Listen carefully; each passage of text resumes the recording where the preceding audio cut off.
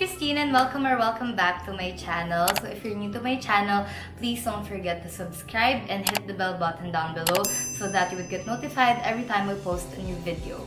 So again, before I start this video, I would just like to use this opportunity to ask everyone to continue praying for our healthcare workers out there, for all our frontliners, and not just them. Let us continue praying for our fellow Filipinos affected by this pandemic that is happening right now. And the least that we can do right now is to just stay at home and help in flattening the curve. So as you can see from the title of this video is going to be all about NMAT. Actually, this is one of the most highly requested videos here on my channel. So I'm so happy that I get to film this already. Basically, I am going to talk about what the NMAT is, and of course, the tips and tricks on how to survive your NMAT. So if you want to see the rest of the video, please keep on watching. Just a quick background on what the NMAT is. NMAT is actually an acronym which stands for the National Medical Admission Test. So basically, this test is an exam that you are to take before entering med school. It's not really an entrance exam, since entrance exams are specific exams of each school that you need to take before entering that school. This exam is a nationwide exam which happens twice a year, wherein you have to take before entering med school, since when applying in med school, NMAT is actually one of the many requirements that you have to pass to your chosen medical school. The NMAT consists of two parts, part 1 and then part 2, both taken at the same day. So basically, you're gonna take an exam for the whole day. So part 1, you're gonna take it in the morning, and then you're gonna take a break, and then you're gonna take part 2 in the afternoon.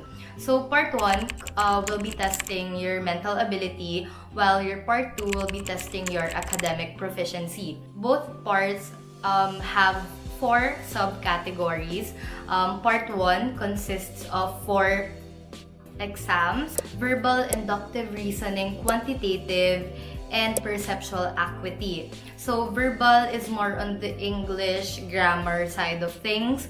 For the inductive reasoning, if I'm not mistaken, it is similar to our reading comprehension during our college entrance exams. And then the quantitative, of course, this is the math part.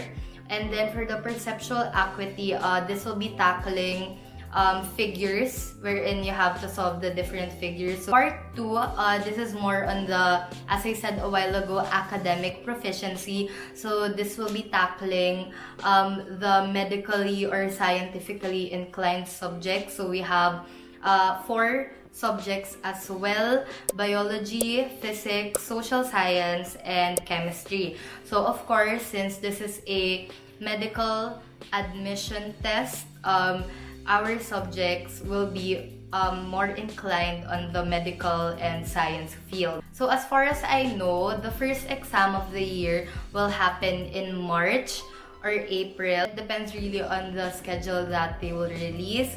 And then the second will be October or November, around that month. Mine, I took my NMAT October of 2017. My application got accepted January of 2018.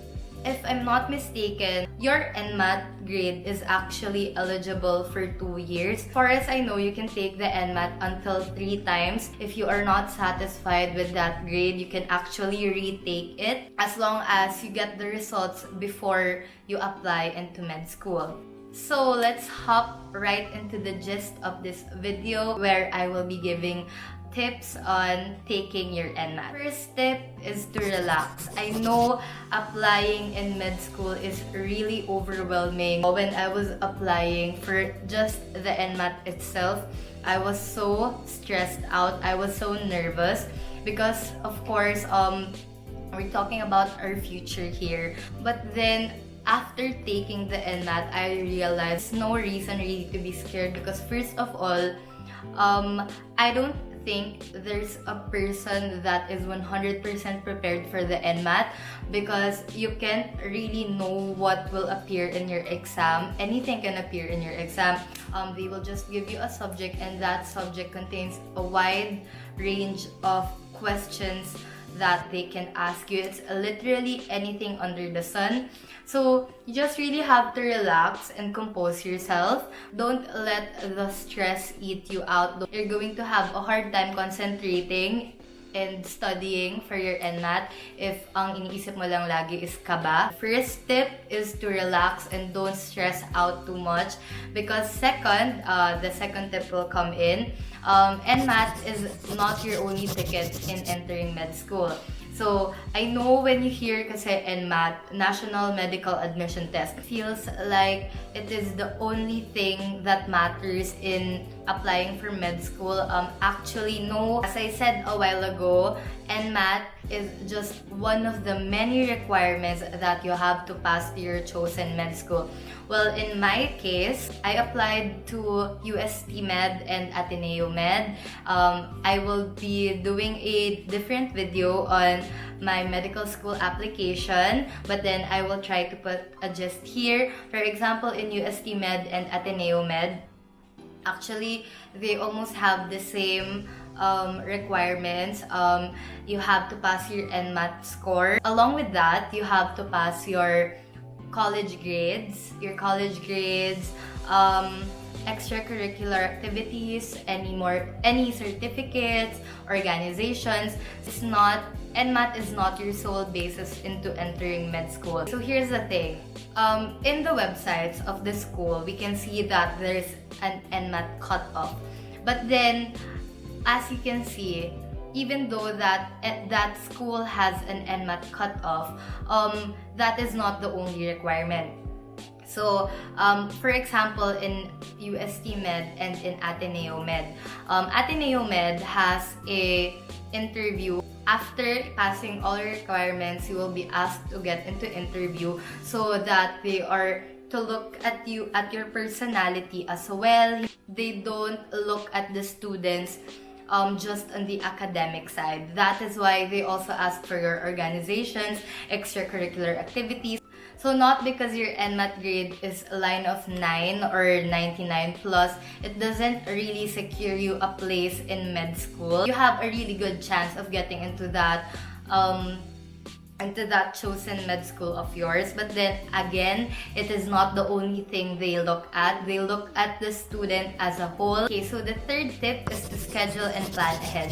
So not because I said that the NMAT is not your sole basis into getting into med school doesn't mean that you don't have to study for the NMAT anymore. No, it's nice if you still have the goal of getting line of 9 in NMAT, since of course, as I said, you will still get a higher chance of entering into med school. And syempre, if nakita nila mataas yung NMAT mo, they will see how determined you are and how you're really prepared into getting into the med school that you want. Nice if you already have a plan of what month you will be taking your exam. If, for example, you will be taking your exam on October, it's nice if you start studying the summer of that year. Well, me personally, I started studying for NMAT in July of 2017, and I took my exam October of 2017. So I think that is July, August, September, October.